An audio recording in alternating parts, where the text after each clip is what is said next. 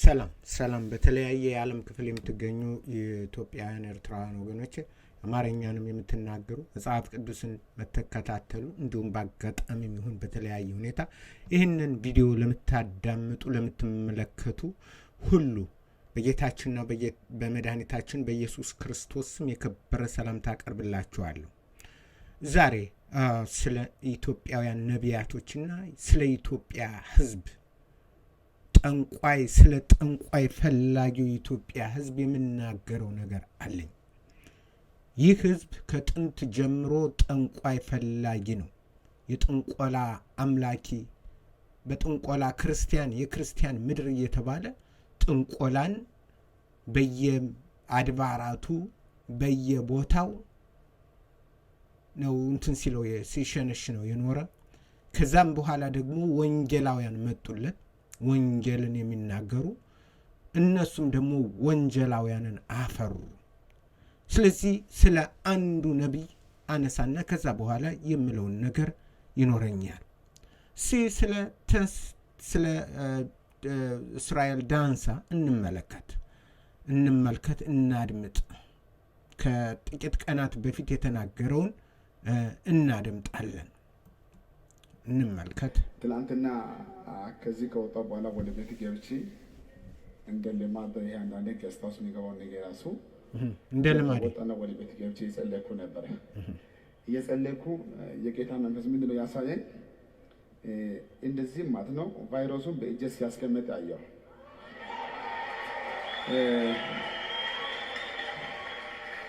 እስቲ አሜን። ልክ እንደዚህ እንደ ውሃ እንደዚህ የሆነ ቫይረስ እሺ፣ ቫይረሱን አመጣና ሳየው። የጌታ መንፈስ እንደተለመደው ገብቼ ስጸልይ ቫይረሱን በእጄ ላይ ያደረገውና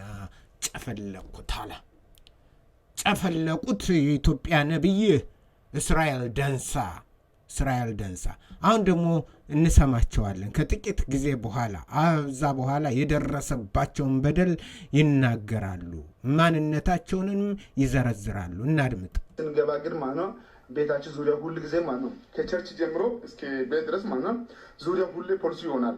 የመጣ ፖሊሶች ሁሉ ማለት ነው ወይ ይዞ ወይ አያስሩ ወይ አይጠይቁም ወይ አይተውም። በስፍር ሁሉም ቦታ ላይ ማለት ነው ነገሮቻችንና ክርስትናችን ላይ ማለት ነው መጥፎ ኢሜጅ እያስቀመጡ ያሉ ሰዎች አሉ። ከቸርች ጀምሮ ማለት ነው እስከ ቤት ድረስ ይሄ ጥያቄ እንዲመለስ ተብሎ ብዬ ማለት ነው በብዙ ቦታ አመልክቻለሁ፣ ጠይቄያለሁ። የምጠየቅ አካል ግን ማለት ነው መልስ እንኳን እየሰጠ አይደለም። ሁላችሁ እንደምታውቁ በተለይ አሁን ያለው ጉዳይ ማለት ነው በኢትዮጵያ ምድር ለሁሉ ከባድ ጊዜ ነው። እኔ የመጀመሪያ ማለት ነው ልጆችን በኢትዮጵያ ምድር ማሳደግ ባለመቻለ ማለት ነው ከኢትዮጵያ ውጭ ማለት ነው ወደ ዱባይ ወሰድኩ። ዱባይ ወሰድኩ ጉዳይ ዓላማ ትልቁ ዓላማ ለልጆች የተመቸ ህይወት እንዲሆን አይደለም። የ2 ዓመት ልጅ የ3 ዓመት ልጅ የተመቸ ተብሎ ማለት ነው ውጭ ሀገር እንዴት ነው ማስቀምጠው? አንድ አባት እኮ ልጅ ሲያሳድግ ነው ጥሩ ህይወት የሚባለው። ወይ ደግሞ ራሱን ከቻለ በኋላ ትልቅ ዕድሜ ሲደርስ ማለት ነው ለጥሩ ጉዳይ ተብሎ ሰው ሌላ ቦታ ያስተምራል።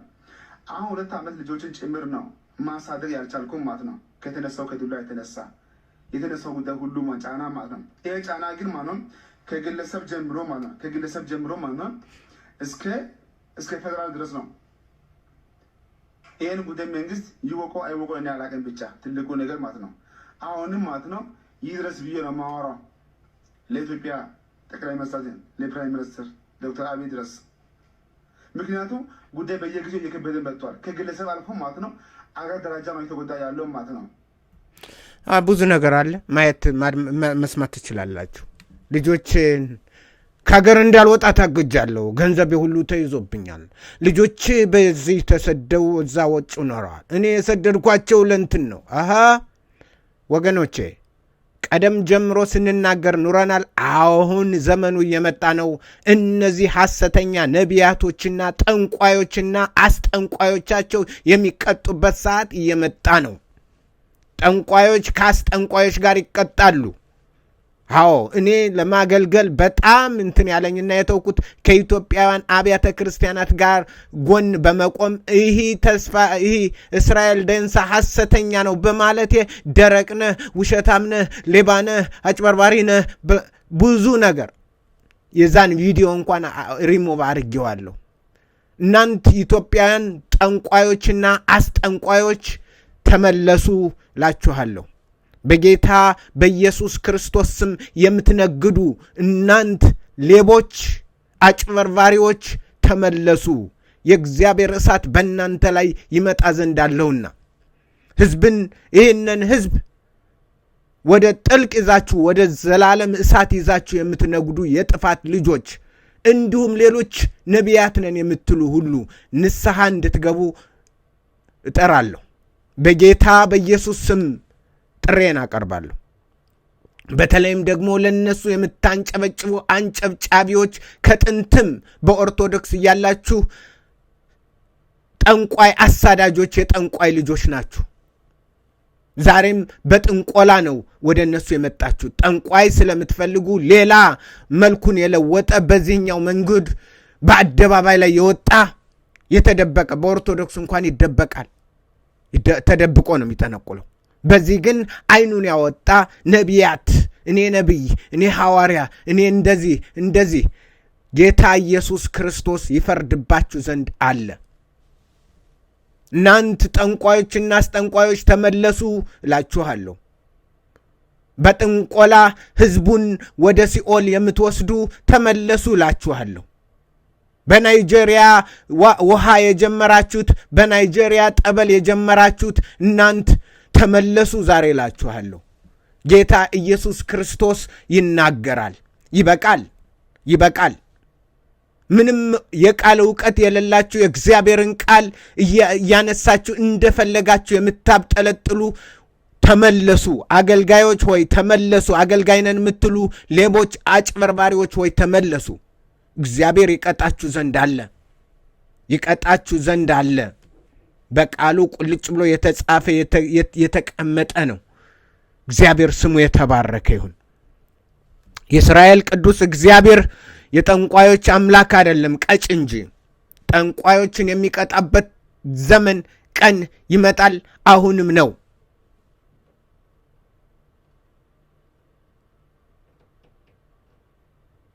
እግዚአብሔር እንዲህ ይላል በትንቢተ ሕዝቅኤል ምዕራፍ 14 ላይ ከእስራኤል ቤት በእስራኤል ዘንድ ከሚቀመጡ መጻተኞች የሚሆን ከእኔ ተለይቶ ጣዖቶችን በልቡ የሚያኖር በደሉን በመቅሰፍት በፊቴ የሚያቆም ሰው ሁሉ ስለ እኔ ይጠይቅ ዘንድ ወደ ነቢዩ በመጣ ጊዜ እኔ እግዚአብሔር በራሴ እመለክትለታለሁ፣ ፊቴንም በዛ ሰው ላይ አደርጋለሁ፣ እመልስለታለሁ ነው የሚለው። ምልክትንና ምሳሌን አደርገዋለሁ፣ ከሕዝቤም መካከል አጠፋዋለሁ። እኔ እግዚአብሔር እንደሆኑ ነቢዩ ቢታለል ቃልንም ቢናገር ያንን ነቢይ ያታለልኩ እኔ እግዚአብሔር ነኝ። እጄንም በእርሱ ላይ ዘረጋለሁ፣ ከሕዝቤም ከእስራኤል መካከል አጠፋዋለሁ፣ ጠንቋዩንም አስጠንቋዩንም እቀጠዋለሁ ይላል እግዚአብሔር። ለማታለል የተነሳ ቢኖር እኔ ነኝ ምልክለት ዲያብሎስን ሰይጣንን እንዲያታልለው። ዛሬም በዘመናችን ያነ ነው። በእውነት ፍቅር ይድኑ ዘንድ ያልወደዱት ይጠፉ ዘንድ እግዚአብሔር ሐሰተኛ ነቢያቶች፣ አጭበርባሪዎችን፣ ሌቦችን፣ ነብሰ ገዳዮችን እግዚአብሔር ላከ። ከዚህ በላይ ነብሰ ገዳይ የለም። ስጋን የሚገድል ሰው ስጋን ነው የሚገድል። እነዚህ ግን በክርስቶስ ስም እየጠሩ የሚያመነዝሩ ሌቦች፣ አጭበርባሪዎች ናቸው። እነ እስራኤል ደንሳ የእግዚአብሔር እጅ በጠንቋዮችና በአስጠንቋዮች ላይ ይመጣል። እግዚአብሔር ይቀጣ ዘንድ አለ። ስለዚህ ልብ የሚያደርግ የሚሰማ ቢኖር ይመለስ። ከጥንት ጀምረን ስንናገር የነበረው ይሄ ነው። የእግዚአብሔር ቃል አይሸቀጥበትም፣ አይነገድበትም። አሁን ነቢይ የለም። ነቢያት ተደምድመዋል፣ ተሰጥተዋል። ጠንቋይ እየተፈለገ ሕጋዊነት እየተሰጠው በአደባባይ ዘረፋ መጣ። ስለዚህ እግዚአብሔር ይቀጣ ዘንድ አለ። ከእግዚአብሔር ቃል የምንናገረው የእግዚአብሔር ቃል ነው። የእግዚአብሔር ቃል የሚናገረውን በነፃ እንደሰጠኋችሁ በነፃ ስጡ ያለውን የእግዚአብሔርን ቃል ትቶ ለሸቀጥና ለሸቀጣ ሸቀጥ ያደረጉ አሁን ተያዝኩኝ እንዴ? ኮሮናን ያስጨነከው ኮሮናን በእጅ እግዚአብሔር በጣት መካከል አስቀምጦት እንደዚህ ጭብጥ ስታረገው ሲንጨበጨብልህ ነው ደስ የሚልህ እንዴ? አታላይ አጭበርባሪ ሌባ ሲንጨበጨብልህ ነው እንዴ ደስ የሚልህ? ከዳሚዎች ያንጨበጭባሉ፣ በኢየሱስ ስም ያንጨበጭባሉ። ከዳሚዎች፣ አታላዮች፣ ሌባዎች ያን ነው እንዴ ደስ የሚልህ? አሁን ደግሞ ጠቅላይ ሚኒስተር ከጠቅላይ ሚኒስተሩ በላይ ዓለምን ያስጨነቀውን ዓለምን ሁሉ ነገስታትን ሁሉ ያንበረከከውን ኮሮናን በእጅ ጨብጠው የለ እንዴ? ምን ነው ዝቅ አልክሳ? ሄድክሳ? ወረድክሳ? አብይ አህመድ ዶክተር አብይ መልሱልኝ ትላለህ እንዴ? ወደ እሱ አቤቱታ ታቀርባለህ እንዴ? ስትንበረከክ ሰማይ ተከፍቶ ለሁሉ መፍትሄ አለህ አይደል እንዴ? አዎ፣ ይህ ማጭበርበር ይበቃል። ሰዎች ወይ ተመለሱ። ሁለተኛ ጴጥሮስ ምዕራፍ የቀድም ያነበብኩላችሁ ኤርሚያስ በኤርሚያስ 14 ነው ማለት ሕዝቅኤል ነው። ይቅርታ። አሁን ደግሞ ሁለተኛ ጴጥሮስ አነብላችኋለሁ ምዕራፍ 2 ነገር ግን ሐሰተኞች ነቢያት ደግሞ በሕዝቡ መካከል ነበሩ፣ እንዲሁም በመካከላችሁ ደግሞ ሐሰተኞች አስተማሪዎች ይሆናሉ። እነርሱም የዋጃቸውን ጌታ እንኳ ክደው የሚፈጥንን ጥፋት በራሳቸው ላይ እየሳቡ የሚያጠፋ ንፏቄን አሾልከው ያገባሉ። ብዙዎች በመዳራታቸው ይከተሏቸዋል። በእነርሱም ጠንቅ የእውነት መንገድ ይሰደባል። የኢየሱስ ክርስቶስ ጻድቁ መንፈስ፣ እውነቱ መንፈስ የጠራው ያማረው የኢየሱስ ክርስቶስ መንገድ ይሰደባል። የጌታ መንገድ ይሰደባል። በእነዚህ እንደናንተስ ገደል ልግባ የሚለው ብዙ ነው። አጭበርባሪዎች የጌታ መንገድ ይሰደባል። የጌታ የማዳን ተስፋ በር ይዘጋል። ገንዘብ በመመኘት በተፈጠረ ነገር ይረቡባችኋል። ፍርዳቸው ከጥንት ጀምሮ አይዘገይም፣ ጥፋታቸውም አይንቀላፋም። እግዚአብሔር ኃጢአትን ላደረጉ መላእክት ሳይራራላቸው ወደ ገሃነም ጥሎ በጨለማ ጉድጓድ ለፍርድ ሊጠበቅ አሳልፎ ከሰጣቸው ለቀደመው ዓለም ሳይራራ ከሌሎች 7 ጋር ጽድቅን የሚሰብከው ኖህን አድኖ በኃጢአተኞች ዓለም ላይ የጥፋትን ውሃ ካወረደ ኃጢአትንም ያደርጉ ዘንድ ላሉት ምሳሌ አድርጎ ከተማዎችን ሰዶምና ገሞራን አመድ እስኪሆኑ ድረስ አቃጥሎ ገልብጦ ከፈረደባቸው የጻድቅ ሎጥን ከመካከላቸው ሲኖር እያየና እየሰማ ዕለት ዕለት በአመፃ ስራቸው ጻድቅ ነፍሱን አስጨንቆ ነበረና በኃጢአተኞች ሴሰኛ ኑሮ የተገፋውን ጻድቅ ካዳነ ጌታ እግዚአብሔርን የሚያመልኩትን ከፈተና እንዴት እንዲያድን በደለኞችን ይልቁንም በርኩስ ምኞት የሥጋን ፍትወት እየተከተሉ የሚያመልኩትን ጌትነትን የሚንቁትን እየቀጣቸው ለፍርድ ቀን እንዴት እንዲጠብቅ ያውቃልና። ሁለተኛ ጴጥሮስ ምዕራፍ 2 ቁጥር 1-7 እግዚአብሔር ይቀጣል ዘንድ አለው። ድሮ የነበሩትን ቀጥቷቸዋል። ሰዶምና ገሞራን ተማሩ ነው የሚለው እግዚአብሔር። የነበሩትን ሁሉ ቀጥቷል። ወደ ሲኦል ወደ ገሃነም ጥሏቸዋል። በምድርም ላይ አቃጥሏቸዋል። ስለዚህ ለኢትዮጵያውያን ነቢያት ነን ባይ አታላዮች፣ አጭበርባሪዎች እንዲሁም ደግሞ ለእነሱም ለጠንቋዮች እንዲሁም ደግሞ ለካዳሚዎቻቸውና ለአንጨብጫቢዎቻቸው የሰራዊት ጌታ እግዚአብሔር በእነሱ ላይ ፍርድን ያመጣ ዘንድ አለው። አይዘገይም። የእግዚአብሔር ቁጣ ይመጣል፣ በገና ይደርሳል። አሁንም ታለቅሳለህ፣ ገና ታለቅሳለህ። ንስሐ ብትገባ ብትመለስ ይሻልሃል። የእግዚአብሔርን ፊት ብትፈልግ የበደልከውን የጌታን የኢየሱስ ክርስቶስን ቁስሉን ያቆሰልከውን ቁስሉን የወጋውን ንስሐ ተመልሰህ ንስሐ ብትገባ ይሻልሃል። ወደ ጠቅላይ ሚኒስትር አይደለም ዛሬ መጮህ ያለብህ። ያንተ መልስ ከጠቅላይ ሚኒስትር ሳይሆን ከሰማይ ነው የሚያስፈልግ። የመጣው ከሰማይ ነውና ከሰማይ ትታረቅ ዘንድ ያስፈልግሃል። ሌሎችም ነቢያት ነን የምትሉ እናንተ አጭበርባሪዎች ሁሉ ትመለሱ ዘንድ ይገባችኋል። የኢትዮጵያን ሕዝብ የምታሳስቱ፣ የኢትዮጵያን ሕዝብ ወደ ገሃነም እሳት እየጣላችሁ ያላችሁ፣ ከእግዚአብሔር ቃል ዕውቀት የሌላችሁ፣ በከንቱነት የራሳችሁን መንፈስ የምትከተሉ፣ በራሳችሁ ጎዳና የምትነግዱ ሁሉ ትመለሱ ዘንድ ጥሪ ይደረግላችኋል። ጌታ ኢየሱስ ክርስቶስን ተመልሳችሁ በእውነትና በመንፈስ ታውቁት መጀመሪያ ትማሩ ዘንድ ከእግሩ ስር ትወድቁ ዘንድ ከዛም ደግሞ የሚሰጣችሁን ቃልና ትእዛዝ ተሰሙ ዘንድ አደራ እላለሁ። አለበለዛ ግን የእግዚአብሔር ክንድ ገና በእስራኤል ዳንሳ ላይ ጀምሯል፣ በሌሎችም ይወርዳል። ያዋረዳችሁ ዘንድ ይጥላችሁ ዘንድ እግዚአብሔር አለውና።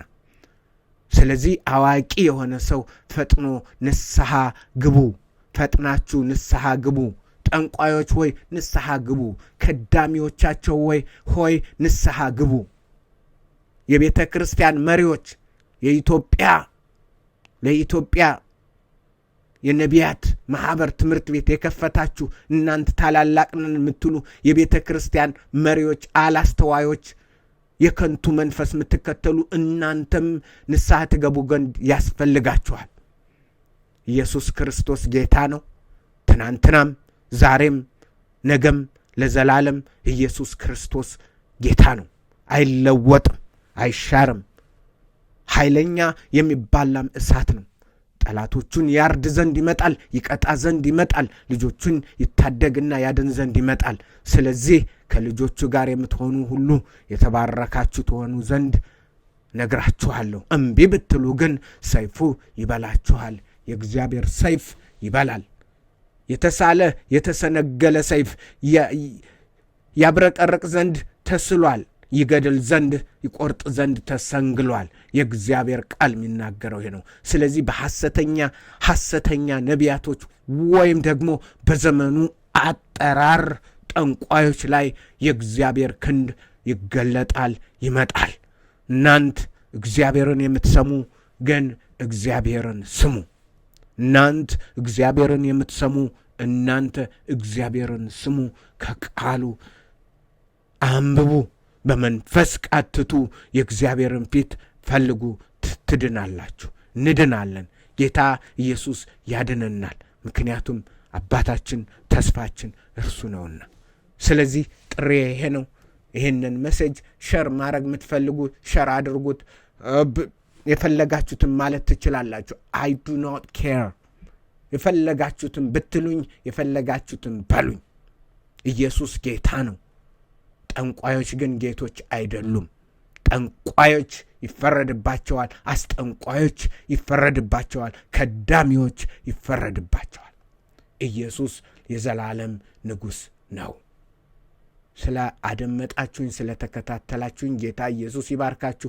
በሌላ ፕሮግራም እስክንገናኝ የእግዚአብሔር አብ ፍቅር፣ የኢየሱስ ክርስቶስ ጸጋ ከእናንተ ጋር ይሁን። ጌታ እግዚአብሔር ሰሚ ጆሮን ይስጠን።